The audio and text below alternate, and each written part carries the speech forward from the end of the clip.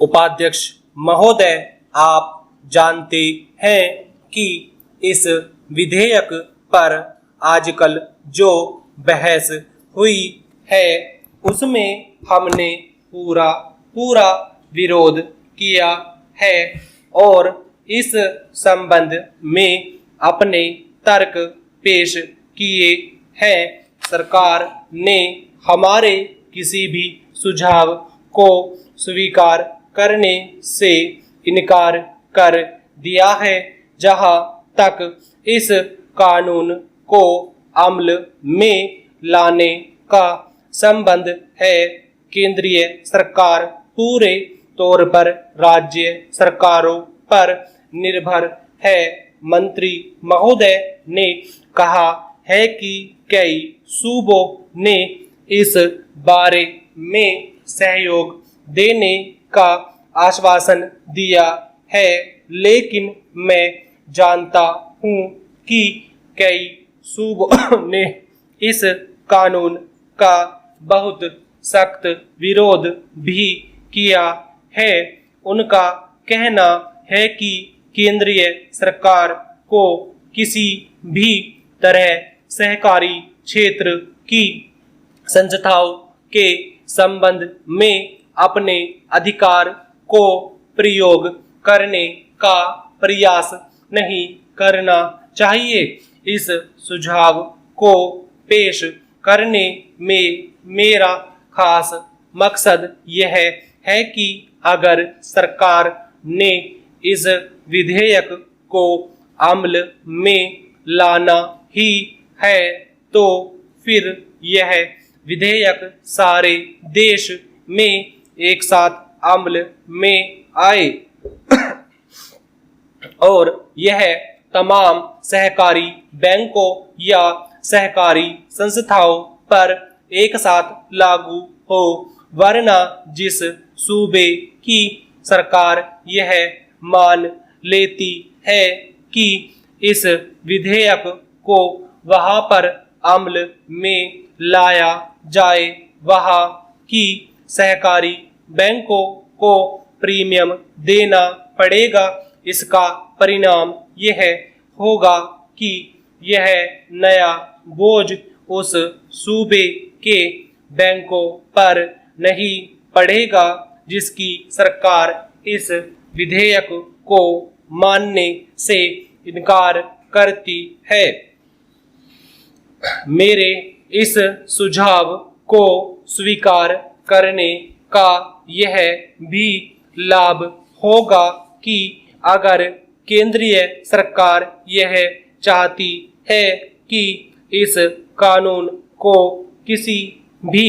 हालत में अमल में लाना चाहिए और सहकारी बैंकों में पैसा रखने वाले लोगों को तत्काल कानून का संरक्षण देना चाहिए, तो उस पर भी यह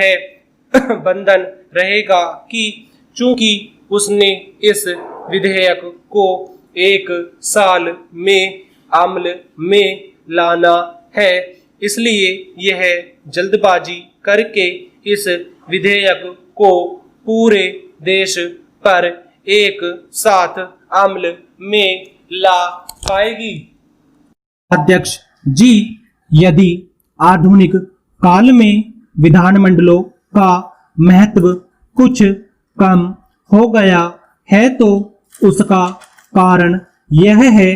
कि आधुनिक प्रशासन की समस्याएं अत्यंत जटिल है और विधानमंडल तथा विधायक इतने साधन संपन्न नहीं हैं कि विधि तथा नीति निर्माण की समस्याओं पर गहराई से विचार कर सके तथा प्रशासन की कारगर ढंग से निगरानी कर सके। इसलिए यह मांग सर्वथा उचित है कि सचिवालयों की सेवाओं को उपलब्ध कराने की व्यवस्था अनिवार्य रूप से सरकार की ओर से होनी चाहिए। एक विधेयक या संसद सदस्य से यह आशा करना कि वह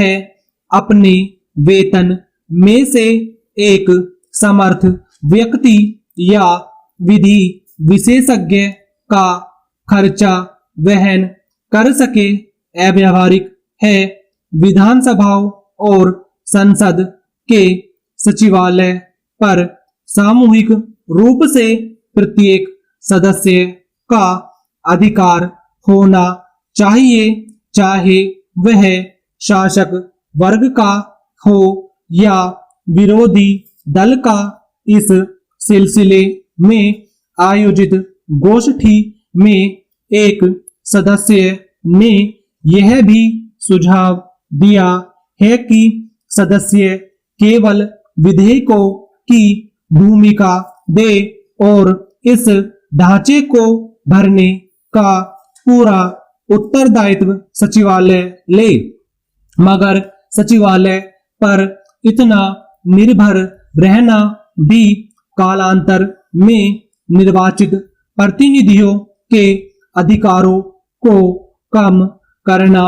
होगा। दूसरा महत्वपूर्ण प्रश्न एक विधायक और विधानसभा के अध्यक्ष के संबंधों का है। इस दिशा में पिछले कई वर्षों में अनेक गलतफहमियां पैदा हो गई हैं। यद्यपि अध्यक्ष प्राय शासक वर्ग का ही एक सदस्य रहता है, फिर भी अध्यक्ष चुने जाने के बाद सामान्यतः उसका उत्तरदायित्व अपने दल के प्रति समाप्त होकर उस प्रतिनिधि सभा के प्रति हो जाता है जिसका नियमन करने के लिए उसे निर्वाचित किया हो। बदलते हुए राजनीतिक नक्शे के साथ साथ यह जरूरी हो गया है कि विधानसभाओं और संसद में विभिन्न दलों की शक्ति में व्यापक परिवर्तन हो जाए। विरोधी दल अब उतने कमजोर नहीं रहे हैं कि उनकी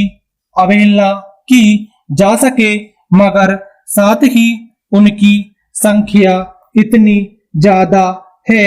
और विचारधाराएं इतनी भिन्न हैं कि उनके लिए संसद और अनेक विधानसभाओं के बीच कोई प्रभावशाली और रचनात्मक कदम उठाने की हिम्मत नहीं है।